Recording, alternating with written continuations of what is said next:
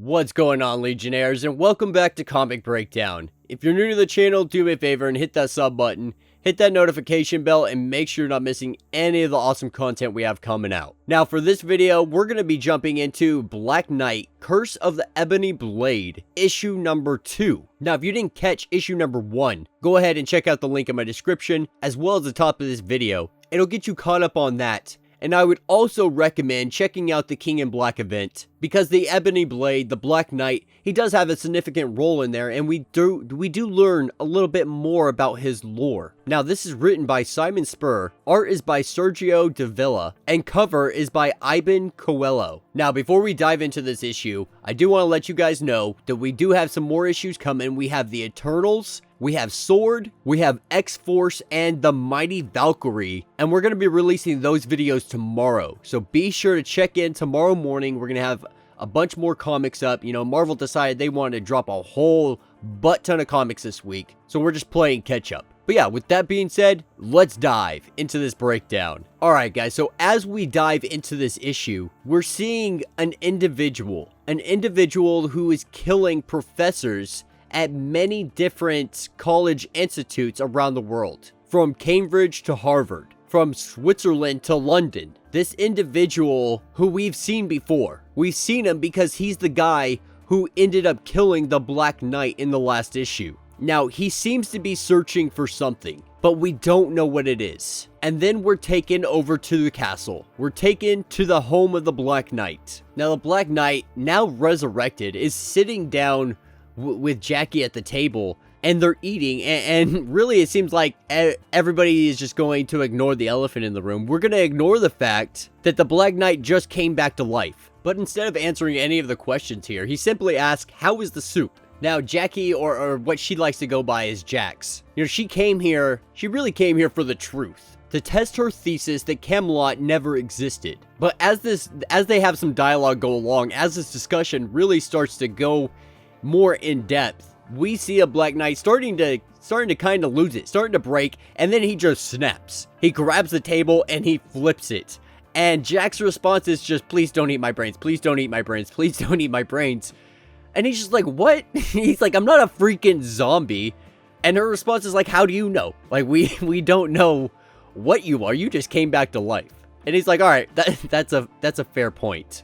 We got to go speak to an expert about this. Now, Jack, she's nearly a full-fledged doctor of mythology, and she can tell him by this that the Arturian cycle is packed with implausible supernatural things. But before she can even finish, he's like, you know, we need to go talk to a real expert, not you. And this is where he tells her, you know, I think it's time for you to leave. And before she goes to tell him exactly what she saw when she saw Camelot in full-fledged, thriving society, she says it doesn't matter and she flees. Now, the Black Knight, he's in no rush to tell the world he's still alive. You know, a little timeout might do him some good. Though he's looking at it from an aspect where it'll have people kind of missing him. And this really is just hitting on his personality of being needy and so on and so forth. And so this is where he gets some help from an old friend, a mentor if you will, and this is when he calls out Percy. And he lets Percy know, you know, he spent his whole freaking super career not knowing what's up with the Ebony Blade. You know, he's tired and depressed, and now apparently he's a freaking undead too. And this is when Percy lets him know, or asks the question, if the blade has shared its gift of resurrection with him. But the thing is, Percy, you know, he only has so much expertise in the realm of immortality and knowing exactly what this all means. Now, this is when we're taken outside of a professor's office. Jack's professor, to be exact. Now, she came here immediately after being at the Black Knight's castle because she doesn't know what the heck she even saw and wanted somebody to talk to about it. But what she doesn't know is on the other side of this door, the professor is dead, and standing over the body is somebody in a motorcycle outfit holding on to some kind of medallion that is glowing red. Now, she came here to apologize to her professor because there's graffiti all over the office, and it seems that she is the one that put the graffiti there. But she also wanted him to know that she came to talk about Dane Whitman, or Whitman, because she had this dream or something of that nature that left her doubting her own thesis. and she doesn't really know what to believe anymore. And this is when she mentions enchanted weapons and blood magic. And the person in the motorcycle suit immediately stops dead in their tracks and hears blood magic, and it gets them thinking. Now this is when Jax opens up the door only to find the professor is dead and the window is open and there's nobody in the room. And she runs over and touches the professor, and in that moment that she touches the professor, she's flashed back.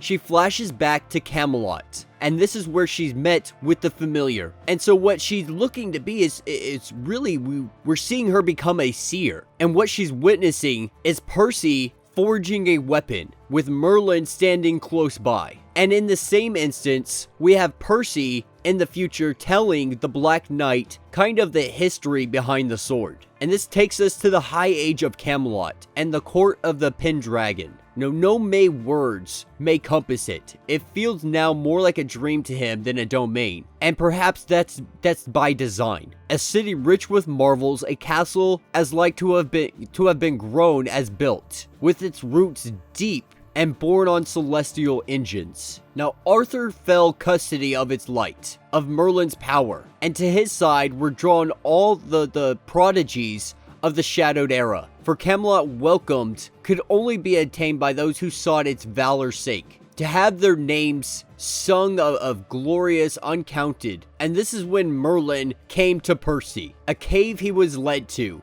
a secret spur of the dreaded river, the river of the blood of the dead, carrying from one world to the next. There, Merlin stole a spark from Calburus itself. They shattered a rock, the Starstone, and with that 4 items were forged: a sword, a shield, a chalice, and a staff. And Merlin told him to choose one. And of course, Percy immediately chooses the sword. And the remaining treasures were consigned to the tides of hell and carried into eternal darkness. Now Percy had believed the river spur was destroyed. Now picking up this sword, after he served for quite some time, he ended up coming against a battle that the odds were just not in his favor and he was going to lose. But this is where he learned that he had the power of resurrection. That as long as he had Arthurian blood inside of his body, whoever wielded the sword would rise again. And so kind of recapping everything that we just talked about, more or less it's a superpower sword that gets stronger the gloomier or grouchier the wielder is. And also brings back to life anyone who holds it as long as their blood is of Arthur's strain, meaning of the same family, which means Percy is essentially his cousin. He's a descendant of him. And that leads us to the next question. Then why is Percy dead? Now, before they can even finish this conversation, the individual that was on her motorcycle comes blaring through the window, and the Black Knight draws his sword out. And this individual comes in just guns blazing, and also lets the Black Knight know, someone's been killing historians, a dozen just in this month, and using a bloodstone to perform the black magic. Now, this motorcyclist, they want that stone, and now they hear some blood-related unpleasantness here as well. And this is when our motorcyclist removes her helmet, only to reveal that it's ELSA Bloodstone. And the Black Knight, he's trying to stop her from killing Philip. And he's like, listen, you're Avengers adjacent, right? So am I. Let's talk this out. Now, she's not in any kind of mood to be talking to anybody, and so they're about to get into it. She shoots around at him. He deflects it with the sword, comes up, and cuts her gun in half. And he's about to get real. He's about to turn into the Black Knight. We can see his suit forming around him, manifesting. But this is when it's all broken up. It's broken up by Jax. And she lets him know, look, I don't know who exactly is doing these murders, but I think I know what they want, because she can feel his need. And to her, it kind of sounds mad, but at the same time, she's talking to a ghost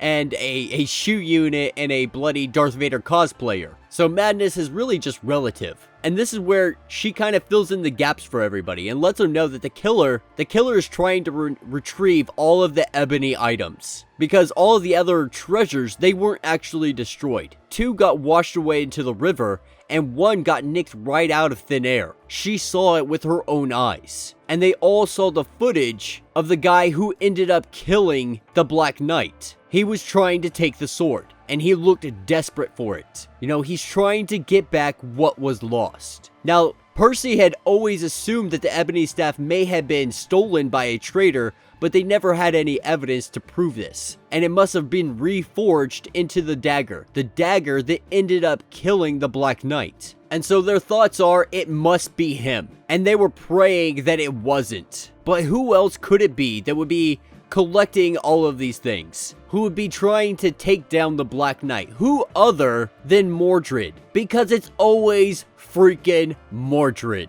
And that will be the end of this issue. So let me know what you guys think down in the comments. You know, I'm really having a lot of fun with this. The Black Knight has really been a running joke with all the Avengers, with writers, with Marvel Comics as a whole. But this story is really bringing to light a lot of his attributes that we didn't know about. And we're learning a lot more about the Black Knight. And I'm really excited to dive more into Jack's story and see exactly what she can tell us about the past. But yeah, let me know what you guys think down in the comments. If you have not yet, do me a favor, subscribe to the channel, like this video, hit that notification bell, and until the next breakdown.